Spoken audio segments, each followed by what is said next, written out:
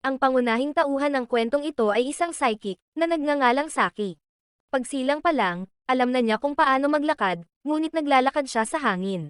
Hindi lang iyon, maaari din niyang gamitin ang teleportation para tulungan ang kanyang ina na mamili. Pagkatapos niyang mag-mature, mas makapangyarihan ang kanyang kapangyarihan at ganap niyang magagamit ang kanyang kapangyarihan para magkaroon ng masayang buhay. Pero pakiramdam niya ay masyadong boring ang buhay dahil napakadali niyang gawin ang lahat. Kakarating lang niya sa bahay at nakita niya ang kanyang ama na nakaupo sa pintuan dahil nakalimutan niya ang kanyang mga susi. Kumaway lang siya ng daliri at bumukas ang pinto. Masayang-masaya ang pamilya ni Saki noon, ngunit sa mga araw na ito ay laging nag-aaway ang kanyang mga magulang, kahit na sa oras ng pagkain. Ang ina ay naglagay ng kanin sa sapatos ng ama. Tuwing nagagalit siya, hinahagis niya ang mesa sa mukha niya. Matapos gamitin ang kanyang isip sa pagbabasa ng superpower, nalaman ni Saki na mahal pa rin ng kanyang mga magulang ang isa't isa. Gumamit siya ng telepathy upang i-connecta ang mga iniisip ng dalawa, na tinutulungan ang damdamin ng kanyang mga magulang na bumalik sa dati nilang kalagayan noong sila ay nagmamahalan. Mula pagkabata, palaging kailangang itago ni Saki ang kanyang superpower para maiwasang masangkot sa gulo, at nahihirapan siya kapag laging nasa isip niya ang iniisip ng ibang tao. Gayunpaman, hindi niya mabasa ang nasa isip ni Nendo dahil wala namang iniisip ang kanyang isip sa loob ng silid-aralan. Mayroong isang mag-aaral na nagngangalang Kaido na palaging sinasabing siya ay isang superhero, ngunit sa katunayan siya ay isang tanabo na nagpapakita ng maling pag-uugali, lalo na sa pag-iisip na ang isang tao ay may mga espesyal na kapangyarihan na wala sa ibang tao. Sa tuwing pinagtatawanan si Kaido ng kanyang mga kaibigan, nagtatago siya sa inidoro at umiiyak mag-isa. Nagpa siya si Saki na tulungan ang kanyang kaibigan. Isang ahas ang biglang sumulpat sa klase. Kaya nakipag-away si Kaido sa ahas na iyon. Isang kidlat ang biglang tumama sa ahas sa harap mismo ng lahat. Si Saki pala ang nagkontrol sa ahas at nagpakawala ng kidlat. Inakala ni Kaido na siya mismo ang tumalo sa ahas, kaya lumala ang kanyang maling akala ng lakas. Sa klase ni Saki, may isang very confident na beauty queen na nagngangalang Kakomi. Laging nagniningning si Kakomi kaya maraming lalaki ang gustong manligaw sa kanya. Nang makita niya si Saki na naglalakad sa kalsada, tumakbo si Kakomi para kunin ang atensyon niya. Pero ayaw siyang pansinin ni Saki dahil alam niya ang iniisip ni Kakomi. Patuloy na sinusundan ni Kakomi si Saki na sinusubukang makuha ang kanyang atensyon. Kaya gumamit si Saki ng teleportation magic para makatakas mula kay Kakomi. Nang hindi niya makita si Saki ay nakaramdam ng konting kilig si Kakomi kaya naisip niyang in love siya kay Saki. Ang paksang pinakaayaw ni Saki ay ang gymnastics, dahil palagi niyang sinusubukang kontrolin ang kanyang lakas. Si Hero ang huwarang presidente ng klase at palagi siyang masigasig. Minsan iniisip ng mga tao na siya ay hyperactive, ngunit sa paanuman ng mga estudyante sa klase ay naging labis na mahilig sa kanya. Ngayon, ang mga mag-aaral ay hahatiin sa dalawang koponan upang maglaro ng dodgeball. Pinigilan ni Saki ang kanyang lakas at ibinato ang bola sa napakahinang puwersa. Pinuna siya ni Hero sa pagmamaliit sa laban na ito. Gayunpaman, ang mga miyembro ng pangkat ni Saki ay naalis kaagad. Siya na lang at si Hero ang naiwan sa field, kaya nagpa siya si Saki na maglaro ng seryoso kung hindi ay kamumuhian siya ng lahat. Naglagay lang si Saki ng kaunting lakas sa paghagis na ito, na nagtapon ng dalawang kalaban. Ginamit din ni Hero ang lahat ng lakas niya para itapon lahat ng kalaban niya sa field, pero sa totoo lang ay pinalakas siya ni Saki dahil ayaw niyang makatawag ng masyadong atensyon. Hindi pa rin nakatakas si Saki kay Kakomi, pero may isa pa siyang problema. Ang isang kaklase na nagngangalang Chiyo ay may crush kay Saki. Kahit sa klase, nagdo-drawing pa rin siya ng mga larawan ni Saki. Magpapanggap siya na babanggain ni Chiyo si Saki nang dumaan ito para kaibiganin ito, ngunit madaling nakailag si Saki. Nagkunwaring ibinaba ni Chiyo ang kanyang panyo sa harap ni Saki, ngunit mabilis na ibinalik ni Saki ang panyo sa kanyang bulsa. Pagkatapos ng klase, hinintay ni Chiyo si Saki para makasama niya ito sa ilalim ng payong, ngunit sinuntok niya ang hangin at ginawang mawala ang madilim na ulap. Sobrang sama ng loob ni Chiyo dahil parang hindi siya nakatadhana na forseki. Sa pagkakataong iyon, biglang sumulpat ang isang gwapong lalaki at tinakpan siya ng payong. Na-inlove agad si Chiyo sa kanya at nakalimutan si Saki pagkatapos makipag-ayos sa isa't isa.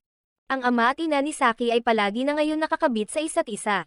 Dahil madalas silang mag-away noon ay nasa magkahiwalay na silid, ngunit ngayon ay gusto nilang hilingin kay Saki na pagsamahin ang dalawang silid sa isa. Pinitik lang ni Saki ang kanyang mga daliri at sinira ang dingding sa pagitan ng dalawang silid, ngunit naisip ng ama na ito ay medyo labis, kaya sinabi niya kay Saki na ibalik ang dingding sa orihinal na estado nito. Nakita ni Saki ang isang binata na gumagawa ng mga magic trick sa gitna ng kalye, ngunit nalaman niyang niloloko lang pala ng lalaking ito ang mga tao at hindi gumagamit ng mahika, kaya ipinakita niya ang kaunti sa kanyang kakayahan upang hayaan siyang magmulat ng kanyang mga mata. Gayunpaman, kinabukasan, nakita ni Saki ang binata na lumabas sa isang magic show sa telebisyon. Sa oras na ito ay gagawa siya ng magic. Pumasok siya sa loob ng isang box at hinayaang may tumusok sa kanyang espada sa loob. Nag-alala si Saki para sa buhay ng salamangkero, kaya nag-teleport siya sa kahon upang iligtas siya. Nakatakas siya sa labas sa pamamagitan ng isang lihim na lagusan. Kaagad pagkatapos noon, ang dulo ng mga espada ay tinusok diretsyo sa bar aisles. Buti na lang si Saki ito, pero kung sino pa man, hindi na sila makakaligtas. Dumating na ang summer vacation. Inanyayahan ni Nendo si Saki na pumunta sa dalampasigan. Tuwang-tuwa ang ina ni Saki nang makitang may mga kaibigan din si Saki. Bago pa makatanggi si Saki ay agad niya itong pinilit na sumama kay Nendo, kasama nila si Kaido. Hindi sinasadyang nakilala nila si Hero, na nagtatrabaho bilang lifeguard sa dalampasigan. Hindi sanay si Saki sa maingay na kapaligiran sa dalampasigan, kaya sumisid siya sa dagat para matulog. Naglalaro ang grupo ni Nendo nang biglang may nakita silang batang babae na nalulunod. Lahat sila ay nagtaya ng kanilang buhay upang tumalon sa tubig upang iligtas ang batang babae, ngunit si Kaido ay hindi marunong lumangoy, habang si Hero ay lumangoy pa lamang ng kaunti. Nang magkaroon siya ng cramp, kinailangan silang dalhin ni Nendo sa pampang mag-isa. Nang makita ni Saki na hindi sila kinaya ni Nendo, tinulungan niya si Nendo na maglakad sa tubig. Biglang nakita ni Saki at Kaido si Nendo na bumibili ng cake para sa isang tao. Akala nila nakahanap na siya ng manliligaw, pero binili pala niya ang cake para bisitahin ang burol ng yumaong ama. Nakita ni Saki na ang mukha ng ama ni Nendo ay kamukha niya. Nakatanggap si Saki ng sulat mula sa isang taong nakakaalam na si Saki ay isang psychic. Gagamitin na sana ni Saki ang kanyang superpower para hanapin ang nagpadala, nang hindi niya inaasahan na nakarating na pala sa kanyang pwesto ang binatang nagpadala ng sulat. Ang nagpadala ng liham ay isang binatang may kakayahang makakita ng mga multo, na pinangalanang Rita. Ang mga multo ang nagsabi sa kanya na may mga superpower si Seiki. Kaya mabilis siyang tumakbo dito para hilingin kay Seiki na tanggapin siya bilang kanyang alagad. Ngunit nang malaman ni Saki na gusto niyang matuto ng mga superpower para mag-espiya sa mga babae, agad niya itong itinaboy. Kinabukasan lumipat si Rita sa paaralan sa tabi mismo ng klase ni Seiki. Binantaan ni Saki si Rita na ilihim ang kanyang mga superpower kung ayaw niyang malag-out sa mundong ito. Si Rita ay nanghuhula para sa kanyang mga kaklase upang makita kung sino ang kanilang mga guardian souls. Ngunit ang lalaking ito ay nagbabantay lamang sa mga babae, para sa mga lalaki, wala siyang pakialam sa kanila. Nakita ni Rita ang kaluluwang tagapag-alaga ni Hero, isang sikat na manlalaro ng tennis. Si Kaido ay nasa ilalim ng ilusyon na ang kanyang kaluluwang tagapag-alaga ay dapat na isang demonyo. Ngunit hindi niya inaasahan na magiging tuta ang kanyang kaluluwang tagapag-alaga. Kasing pangit ni Nendo, hindi na kailangan ng kaluluwang tagapag-alaga. Si Hero ay isang taong laging masigasig sa gawain ng buong klase. Hiniling niya kay Saki na tulungan siya sa paghahanda ng ilang kagamitan para sa nalalapit na school-wide sports festival, ngunit sa kalagitnaan ng trabaho ay naubusan siya ng kahoy, kaya kailangan niyang tumakbo para makabili pa. Habang nag-iisa, madaling natapos ni Saki ang paggawa ng isang bangkos ng kanyang mga power-sitting tools, ngunit nang matapos ito, napagtanto nilang may higit isang buwan pa bago ang sports festival. Matapos magkaroon ng bagong manliligaw si Chiyo, nakalimutan niya sandali si Saki. Ngunit kamakailan lamang ang kanyang relasyon sa kanyang kasintahan ay lumala, dahil ang kanyang kasintahan ay may napakakakaibang paraan ng pagkain at iba pang masamang ugali. Kaya muli niyang pinapansin si Saki. Ayaw ni Saki na abalahin siya ni Chiyo, kaya binalak niyang magkasundo silang dalawa. Ginamit niya ang kanyang superpower para tulungan ang binata na mabawi ang kanyang marka sa mga mata ni Chiyo. Gayunpaman, sa pagpasok sa isang restaurant, ipinakita ng binata ang kanyang masungit na paraan ng pagkain, kaya hindi na nakatiis si Chiyo at umalis na. Napakasungit niya kaya kahit si Saki ay hindi nakakatulong. Sa wakas, dumating na ang araw ng school sports festival. Dahil ayaw niyang makaakit ng labis na atensyon, kinailangan ni Saki na tumakbo ng mas mabagal kaysa sa iba. Si Kakomi ang kinatawan ng kanilang klase para sa three-legged race, ngunit ginamit niya ang kanyang kagandahan para akitin ang kanyang mananakbo, kaya tuwang-tuwa ito kaya binuhat siya nito hanggang sa finish line. Nakita ni Dendo na may dalawang kakaibang antena sa ulo si Saki kaya hinubad niya ito para tingnan, ngunit hindi niya inaasahan na himatayin kaagad si Saki. Samantala, ang space station ng NASA ay biglang nakadiskubre ng kakaibang pinagmumulan ng enerhiya. Inihayag nila na ang Earth ay malapit nang humarap sa isang matinding revolusyon. Matapos mailagay muli ng lahat ang antena sa ulo ni Saki, mabilis itong nagkamalay. Ito ay lumabas na ang antena ay isang control device na nagpapahintulot kay Saki na kontrolin ang kanyang superpower. Kung wala ang mga ito, mawawalan siya ng kontrol at mawawasak ang mundo. Sa panahon ng tug of war, aksidenteng naputol ni Saki ang normal na lubid. Magkakabit na sana siya ng 2 piraso ng lubid, ngunit hindi sinasadyang nahila niya ang kalabang koponan. Biglang natuwa si Hero, sinabi na kung matalo sila, ang buong koponan ay kailangang mag-ahit ng kanilang mga ulo. Ang kanilang huling kompetisyon ay ang relay race. Nung turn na ni Saki, tumakbo siya sa bilis ng kidlat dahil ayaw niyang maahit ang ulo. Pero malapit na sa finish line, hindi sinasadyang natapilok siya at naging dahilan ng pagkatalo ng kanilang klase. Kinabukasan, kinailangan ni Saki at ng lahat ng mga lalaki na mag-ahit ng kanilang mga ulo gaya ng ipinangako. Lahat ng tao sa paaralan ay nag-uusap tungkol sa isang sikat na manghuhula na lumitaw kamakailan. Iniisip ni Kaido na katangahan para sa mga tao na maniwala sa gayong mga pamahiin. Ngunit pagkatapos ng paaralan, nagsuot siya ng mask upang pumunta sa isang manghuhula. Invisible ang ginamit ni Saki para sundan siya. Pagkakita pa lang niya kay Kaido, nakilala agad siya ng manghuhula bilang isang tsunabo. Niloko niya siya para bilhan siya ng pangpaswerteng kwintas sa halagang 30,000 yen. Pero kahit papaano ay naniwala pa rin ang tangang ito at binibili ang kwintas na iyon. Di nagtagal, kinailangan ni Saki na gamitin ang kanyang mga superpower para mabayaran niya si Kaido. Nang malapit na siyang umuwi, nakasalubong ni Saki si Nendo. Aksidenteng nadaanan din sila ni Kakomi. Nahaharap sa kagandahan ni Kakomi, sina Nendo at Kaido ay nabagong anyo sa iba't ibang tao. Iniisip ni Kakomi na kahit sino ay gagawin din ito sa harap ng isang kagandahang tulad niya. Gayunpaman, nakaramdam pa rin siya ng matinding inis dahil palaging cool si Saki at hindi siya pinapansin. Inanyayahan ni Dendo ang lahat na pumunta sa isang ramen shop na inirerekomenda ng kaibigan ng kanyang kaibigan. Nagmistulang abandonadong bahay ang ramen shop na iyon kaya medyo nabahala si Kakomi. Pero tinanggap pa rin niyang kumain dahil ayaw niyang isipin ng mga tao na mayabang siya. Nataranta si Kakomi nang makitang dumi-dumi ang suot ng may-ari ng restaurant. Ang ramen na inihain niya ay parang pagkaing hayop. Kakaiba ang kumain ng mga bagay na iyon nang hindi nagsusuka. Kabilang sa kanyang mga kahangahangang kakayahan, nakikita rin ni Saki ang hinaharap, at ginamit niya ang kakayahang iyon upang iligtas ang Earth ng ilang beses noon pa. Kaninang umaga, nakakita si Saki ng pagsabog sa isang gasolinahan malapit sa kanyang bahay. Ang dahilan ay dahil natapilok ang isang batang babae sa bato, na naging sanhi ng pagkatama nito sa isang driver ng truck. Matapos mawalan ng malay, aksidenteng natapakan ng driver ang accelerator dahilan para bumangga ang truck sa isang gasolinahan. Inihula ni Saki ang buong pagkakasunod-sunod ng mga pangyayari kasama ang kanyang mga kapangyarihang propeta. Kailangan lang niyang alisin ang bato sa landas ng dalaga para maiwasan ang aksidente. Pauwi na si Saki mula sa paaralan nang biglang may nakita siyang pusa na natrap sa dingding.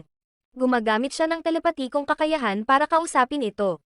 Gayunpaman, ang pusang ito ay masyadong mayabang dahil iniisip nito na ang mga pusa ang nangingibabaw na hayop sa mundo dahil palagi silang inaalagaan ng mga tao tulad ng mga hari. Para hindi na ito mapagmataas, pinalimos ito ni Saki para matulungan siya. Hindi nagtagal ay kinailangan ng pusa na humina ang boses para magmakaawa kay Saki. Isang kamay lang ang kailangan ni Saki para magbuhat ng bahay para mailigtas ang pusa. Bawat taon sa araw ng Pasko, karaniwang nananatili si Saki sa bahay upang magpahinga at mapag-isa. Ngunit sa taong ito, biglang dumating si Nendo para magpasko kasama ang kanyang pamilya sa hapunan ng gabing iyon. Sinabi ni Dendo sa mga magulang ni Saki na ang kanyang ama ay namatay noong siya ay napakabata. Kaya't ang ama ni Saki ay nagpanggap na si Santa Claus, upang bigyan siya ng mga regalo upang aliwin siya. Sa hindi inaasahang pagkakataon, hindi namalaya ni Dendo na siya pala ang ama ni Saki.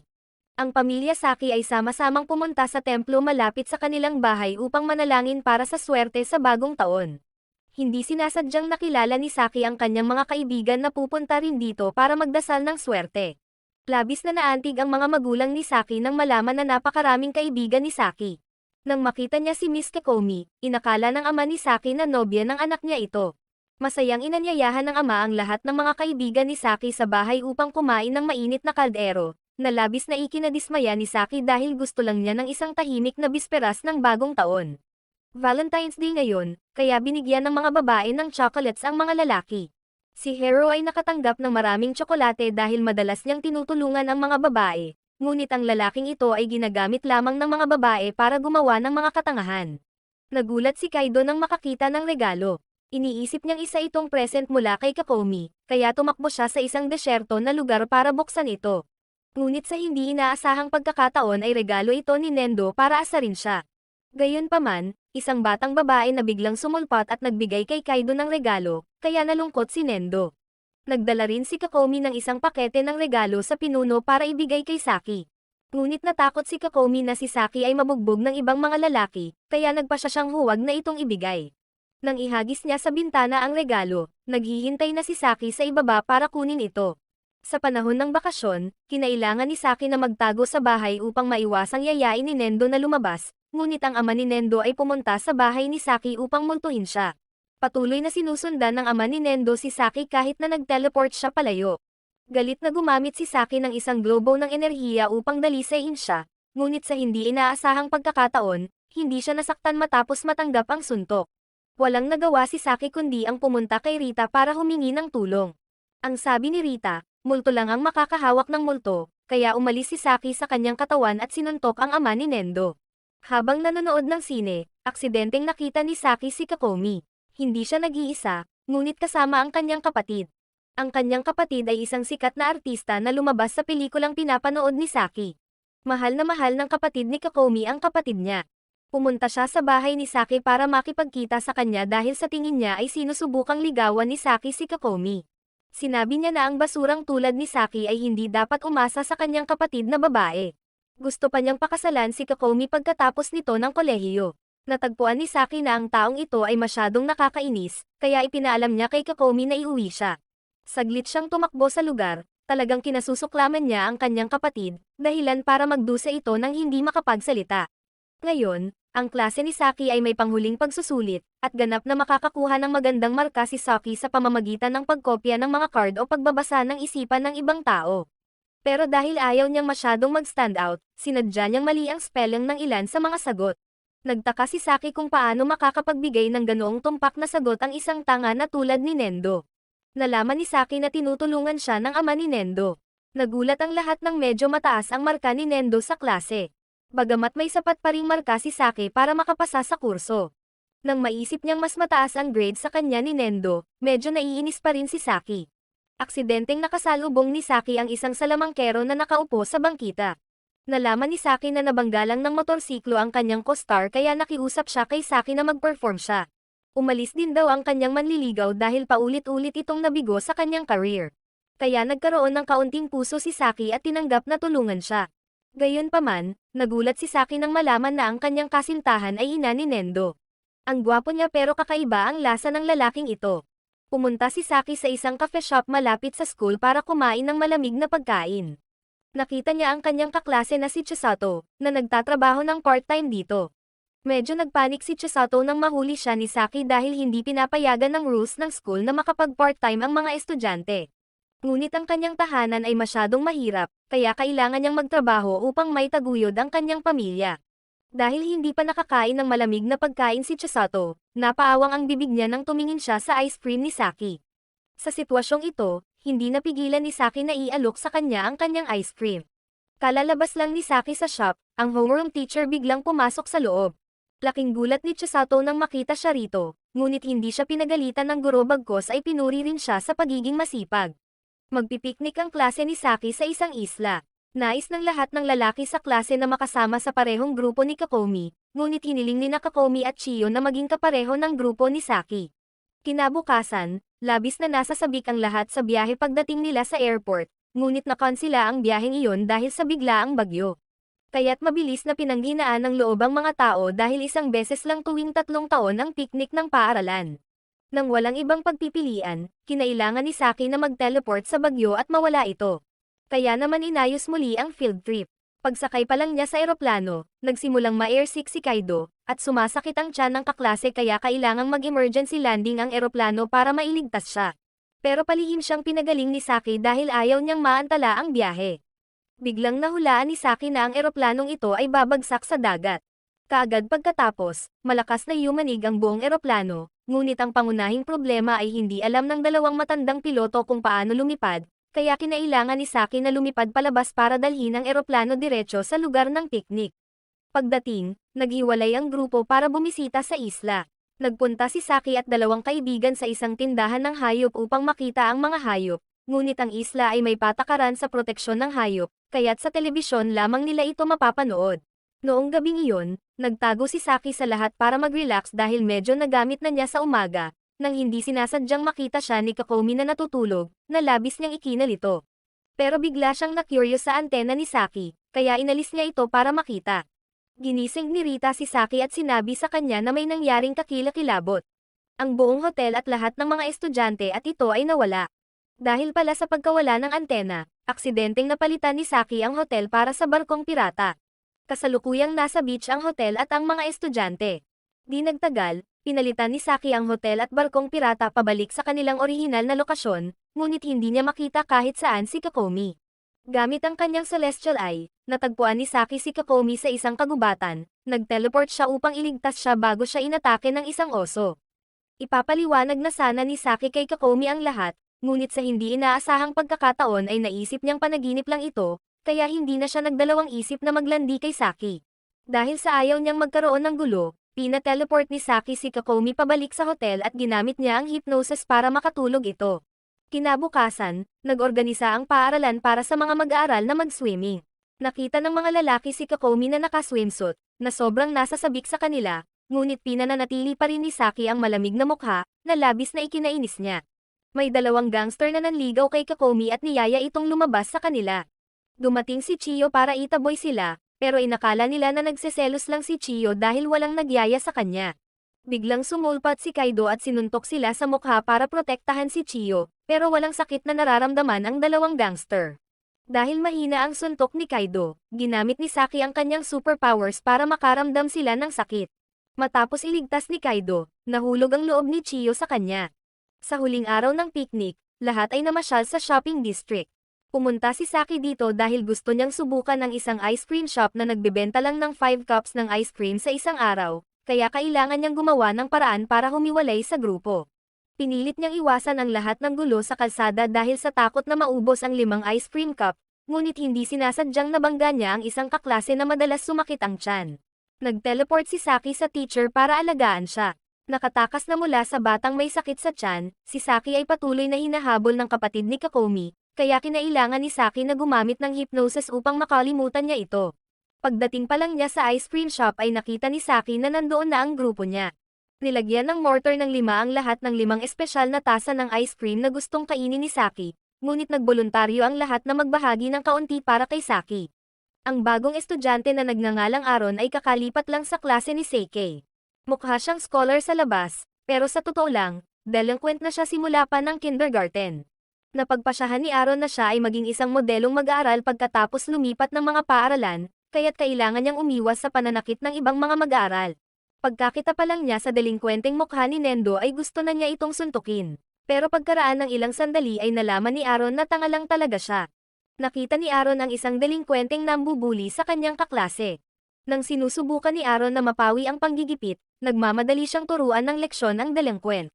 Kakabalik lang ni Aaron sa klase ay nilapitan siya ni Kaido, pero laro at anime lang ang pinag-uusapan ni Kaido, kaya walang naintindihan si Aaron. Lumapit din si Kokomi para kausapin si Aaron, na ikinamulan niya, pero ang pakay niya ay makuha ang atensyon ng bata.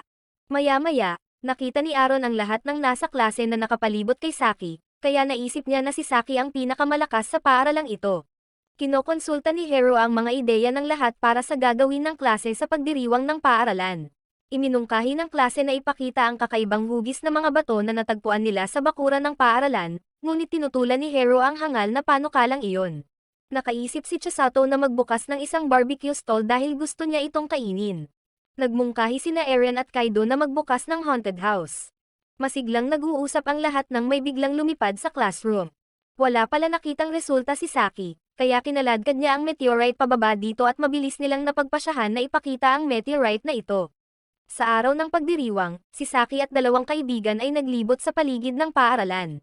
Napagpasyahan nilang subukang pumasok sa isang haunted house na itinayo ng ibang klase, ngunit nang makita ng multo ang mukha ni Nendo, agad silang nahimatay sa takot.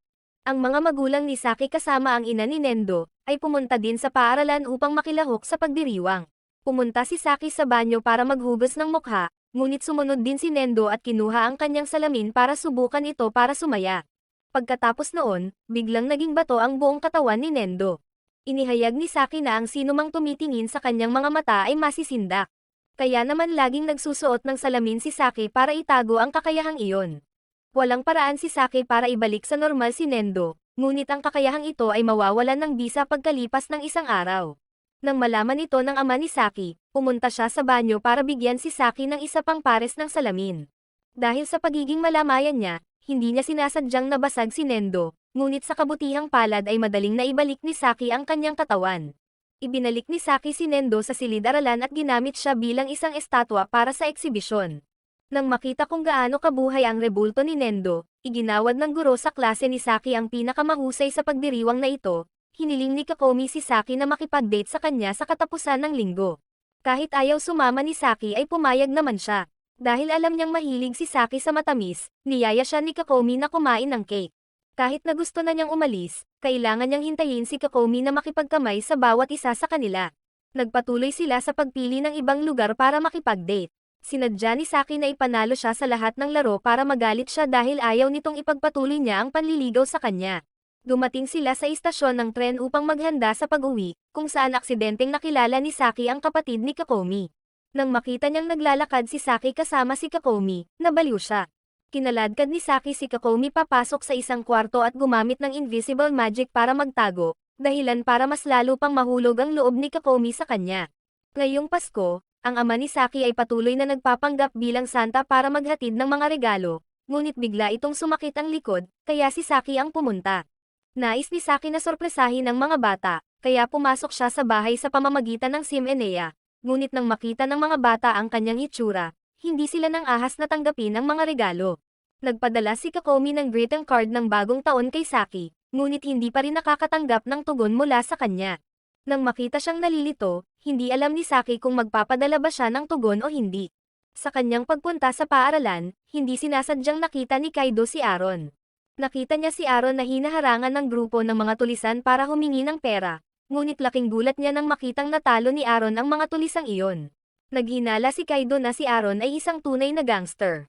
Sa mga mata ni Kaido ngayon, nakakatakot ang itsura ni Aaron, pati yung baseball stance niya parang gangster.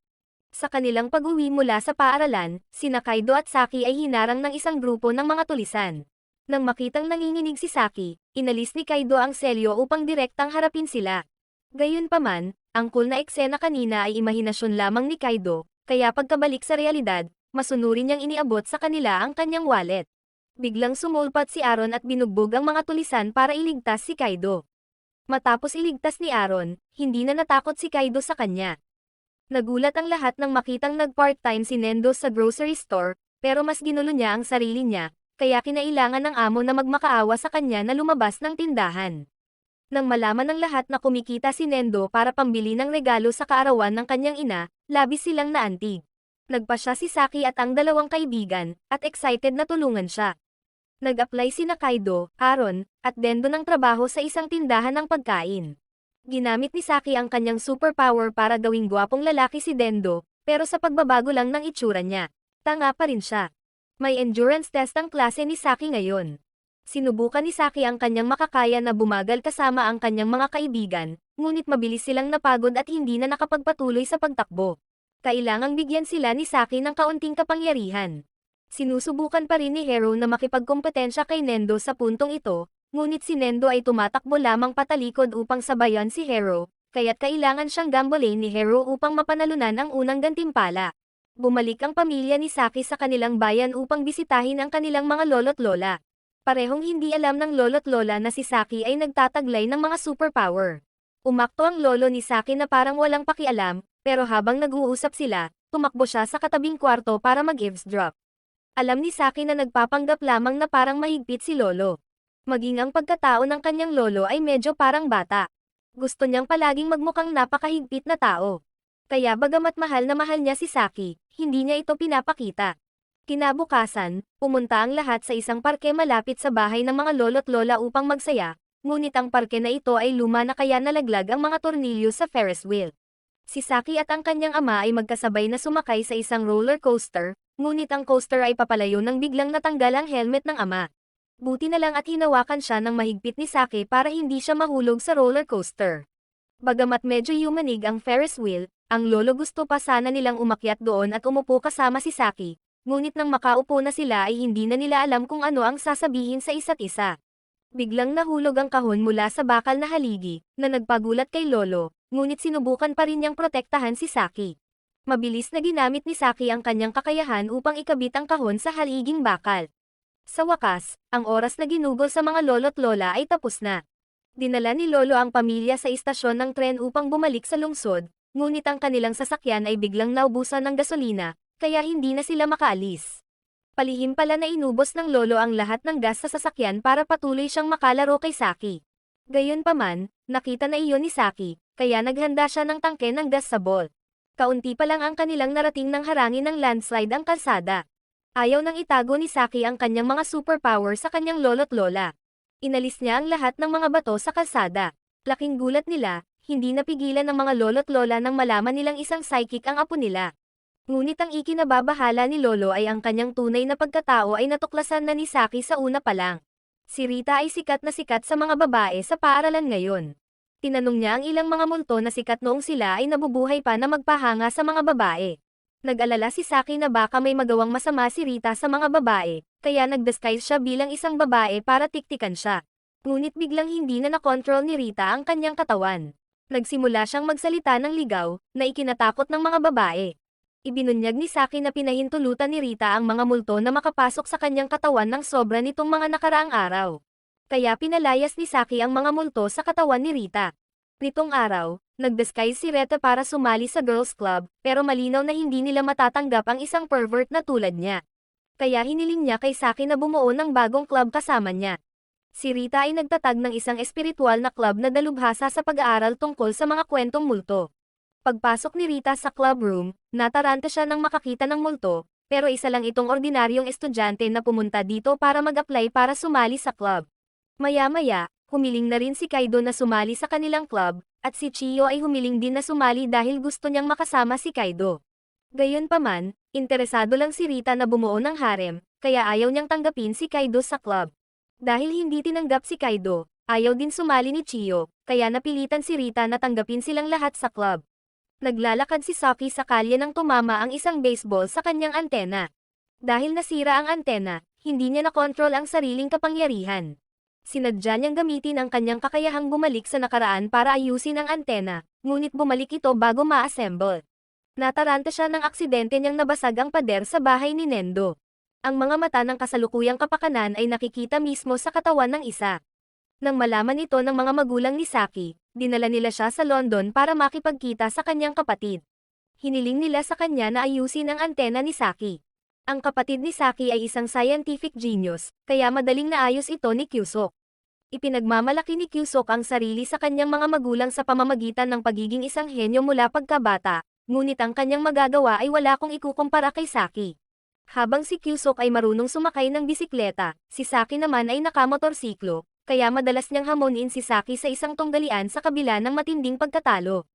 Sinabi ni Kyusok kay Saki na dinala niya ang kanyang dalawang kaibigan, sina Nendo at Kaido sa London.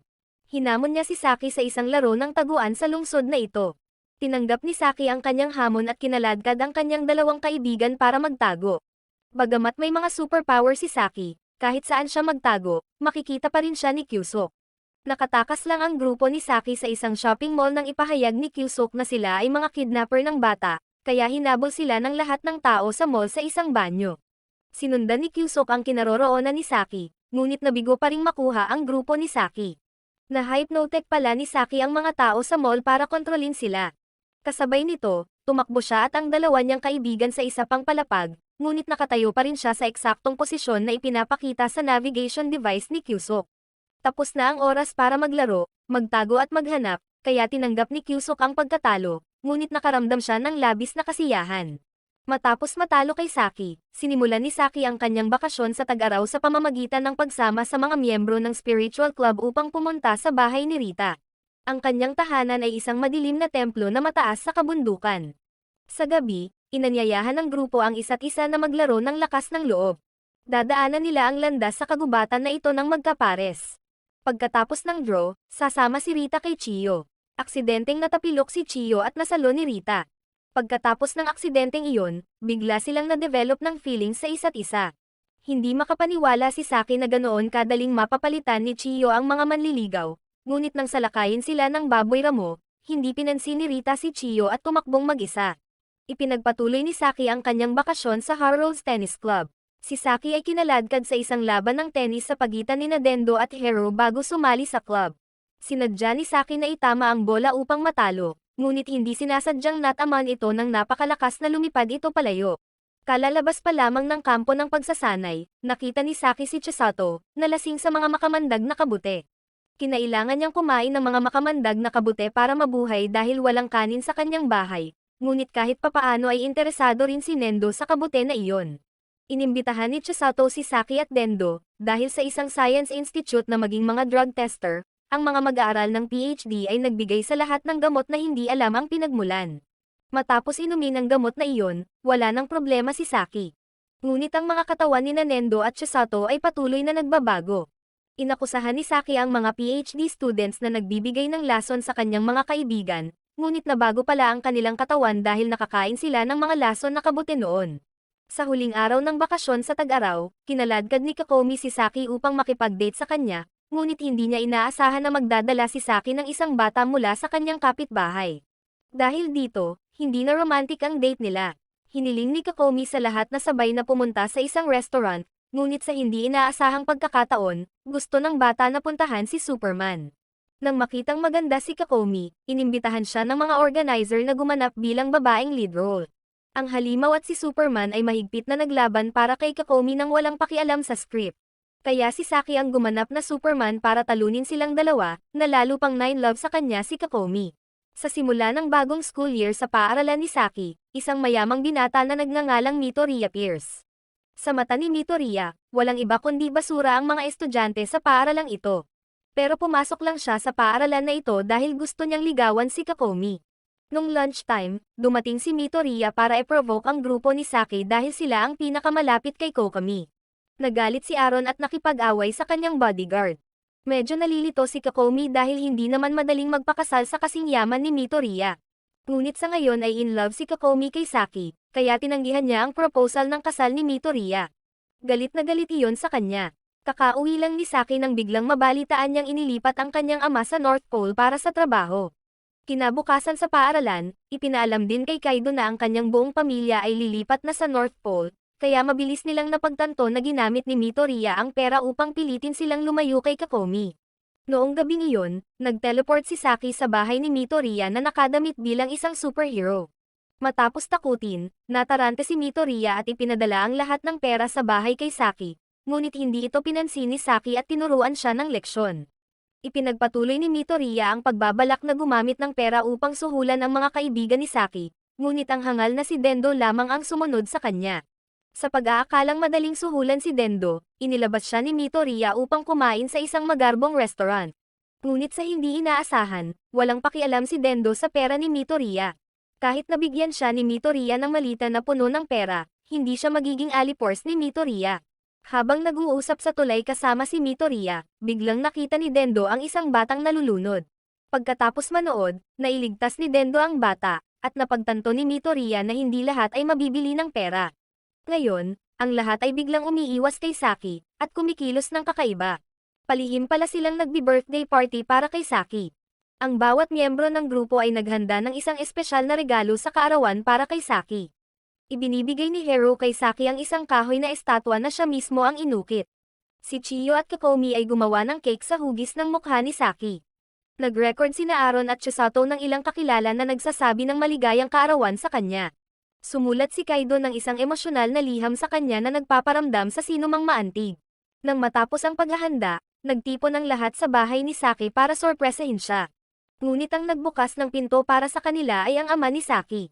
Ginamit ni Saki ang hypnosis para isipin ng mga tao na siya.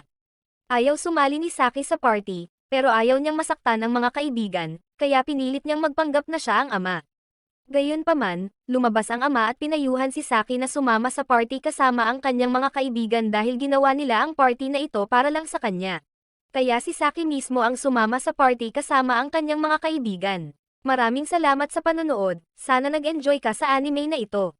Mag-subscribe at pindutin ang notification bell upang updated ka lagi sa mga bagong video na mai-upload namin, at para makatutok sa higit pang Tagalog anime recap, magkita tayo sa susunod.